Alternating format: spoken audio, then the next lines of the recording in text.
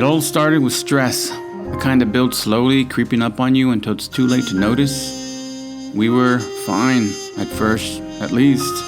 That's what I told myself, but looking back, I should have seen it coming. Should have felt the crack in the air between us that night. The one that changed everything.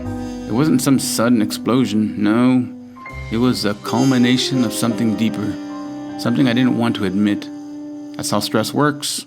Quiet, insidious, wearing you down without you realizing it until you've already crossed a line that you can't come back from.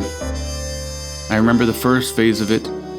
They call it the alarm phase in general adaptation syndrome. When your body first feels the pressure, it lights up like a warning signal going off in your chest. Fight or flight. Your heart races, your muscles tense, and you're ready to face whatever's coming. I felt that with her. First time, things went sideways. That moment when I realized something was wrong. That tension rising between us, like a spark about to catch fire. My body was telling me to do something, to fix it, but I froze. I just watched it happen. Then came that second phase, resistance.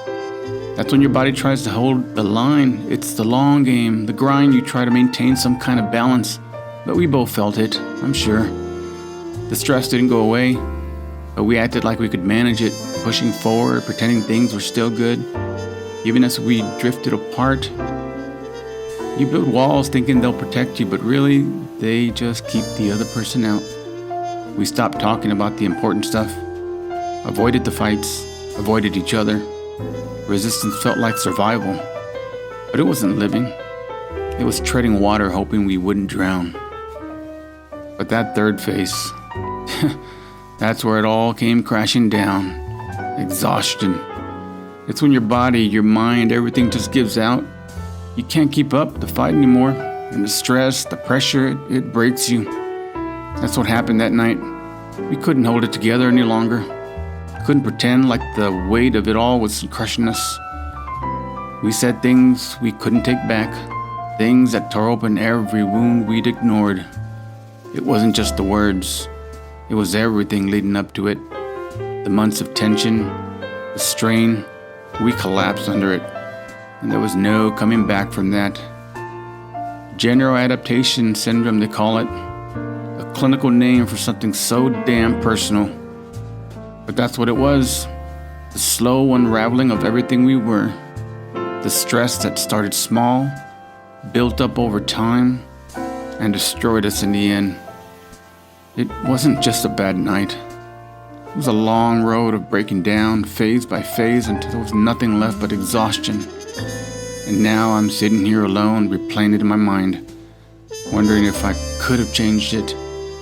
If I had just acted when I felt that first jolt of alarm instead of waiting until it was too late. But that's the thing about stress. It doesn't let go. It lingers. And so do the consequences. Well, things got so bad I had to see the shrink. There I was, just sitting there. The dim light of the office casting shadows on the walls while my doctor leaned back in his chair, fingers steepled, eyes locked on mine. He didn't mince words. "You ever heard of the HPA axis?" he asked, smoothly but clinical.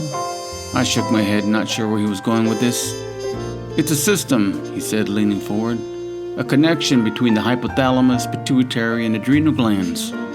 This is your body's stress circuit running through you like a well-worn track. Every time you feel that pressure building, the fight, the fear, it kicks in. The hypothalamus sends a signal like the spark that lights the fuse. That signal hits the pituitary, and it, in turn, sends its own down the line, straight to the adrenal glands. And those adrenal glands, that's when the real fireworks start. They pump out cortisol." "Cortisol," I repeated, like the word tasted bitter in my mouth. He nodded. "Yeah, it's the stress hormone. Think of it like your body's way of prepping for the worst. It's your backup plan, dumping sugar into your blood, giving you a boost. When you're faced with a threat, cortisol's there, ready to fuel your muscles, keep your heart pounding, give you the edge to make it out alive. But it's not just a quick hit, it lingers. Keeps your body on alert, and that's where the problem comes in. I felt a knot tighten in my gut. So what happens when it's always there, when the stress doesn't go away? He sighed, his eyes soft just a bit. That's the thing. The HPA axis wasn't built for constant use. It's designed to flare up, get you through the danger, and then cool down. But when it stays active, when cortisol keeps flooding your system, it wears you down. You become stuck in a loop. High blood pressure, weakened immune system, anxiety, depression, it's all connected. Your body's trying to protect you, but in the long run, it's hurting you. I let that sink in. The words echoing in the back of my mind like the low hum of a saxophone in a dark room. I'd felt it. That constant pressure, the tension always just beneath the surface, like my body was bracing for a hit that never came. It never really went away either. So what do? I asked with a rough voice. He shrugged, leaned back, like the conversation was a familiar one. You have to find ways to turn it off. The HPA axis needs a break, whether it's through breathing, exercise, changing the way you think about stress. It's about stepping out of that loop. If you don't, cortisol's going to keep coursing through you. And the longer it does, the harder it'll be to stop. The room felt heavy, like the weight of his words was pressing down on me. The HPA axis, cortisol, it was all science. Sure, but in the moment it felt personal. Like the doctor wasn't just talking about a system in my body, but about me. How I'd been living. What had been driving me into the ground. Remember, he said, standing up and guiding me to the door. I walked out of there, the words following me like a shadow. Your body's not your enemy. It's just trying to protect you. But you gotta give it a chance to reset. Otherwise, the stress you carry, it'll burn you out from the inside. The HPA axis, cortisol, stress, it was all just some same melody I've been playing for far too long. Now it was time to figure out how to change that tune.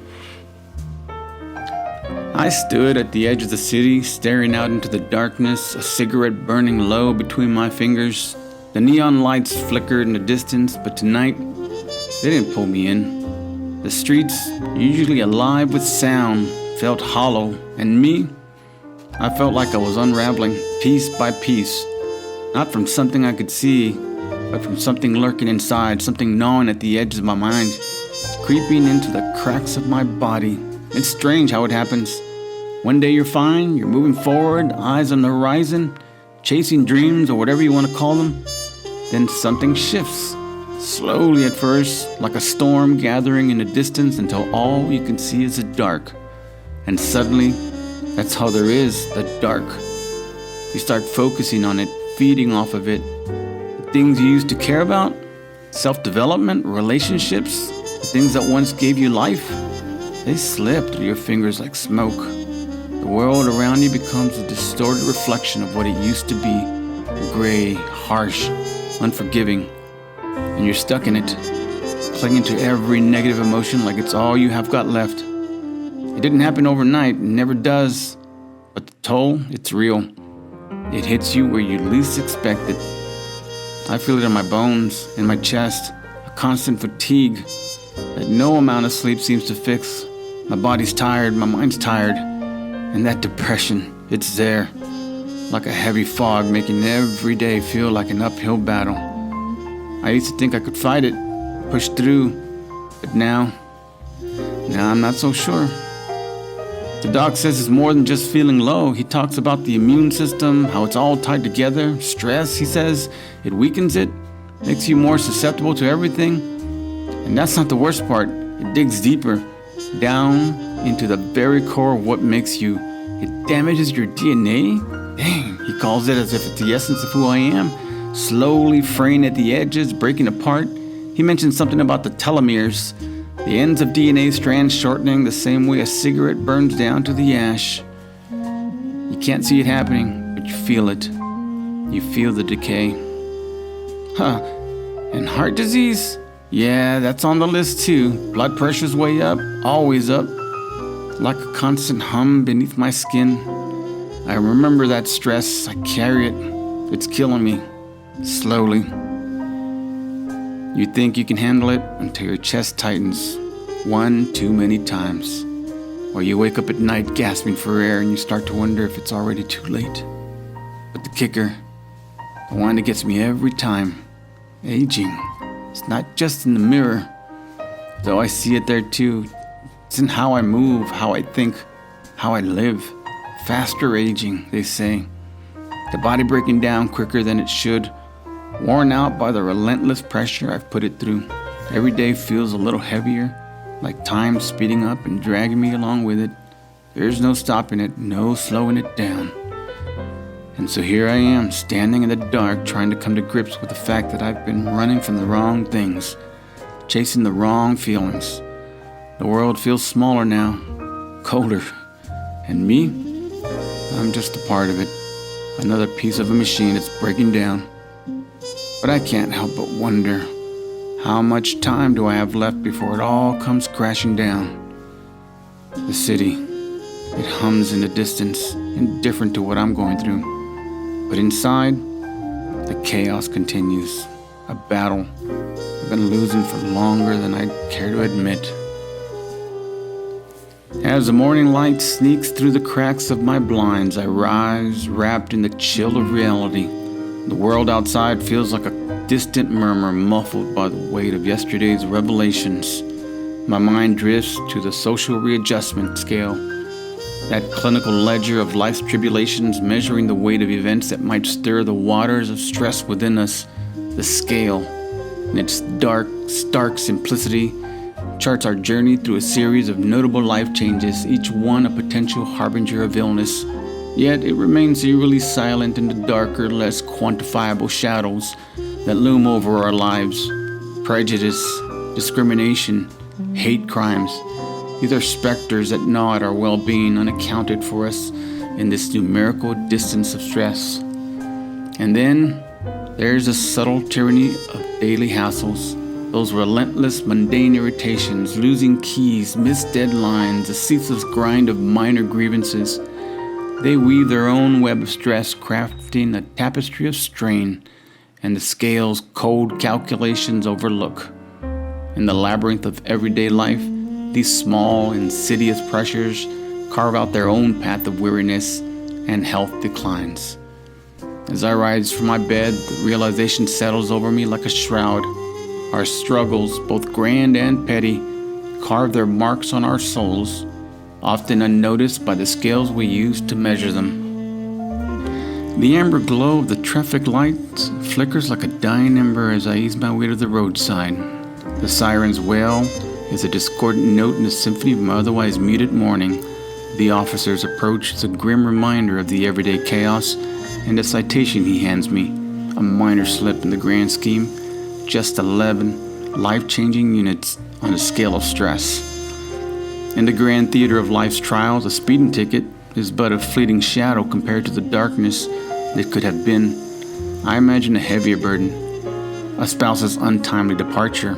That's a soul-crushing 100-point trauma that weighs down on the spirit with a crushing finality. I clutch that citation, not with anger, but with a weary resignation. After all, things could have been far worse. I think back to, what did the doctor call it? Oh yeah, the social readjustment scale. A cold ledger of life's upheavals assigns numeric values to our trials, stacking them in a precarious pile that forecasts our chances of falling prey to stress-related maladies. I glance at the citation and I think of the sum of these values from the past year, my own personal calculus of stress. Yet, within the somber dance of numbers, there lies a glimmer of hope. Stress management. Like a shadowy figure guiding us through the night, can temper the heavy toll of these experiences. It's a bitter solace, knowing that within the right tools, the weight of life's burdens might be eased, even in the darkness this lingers on.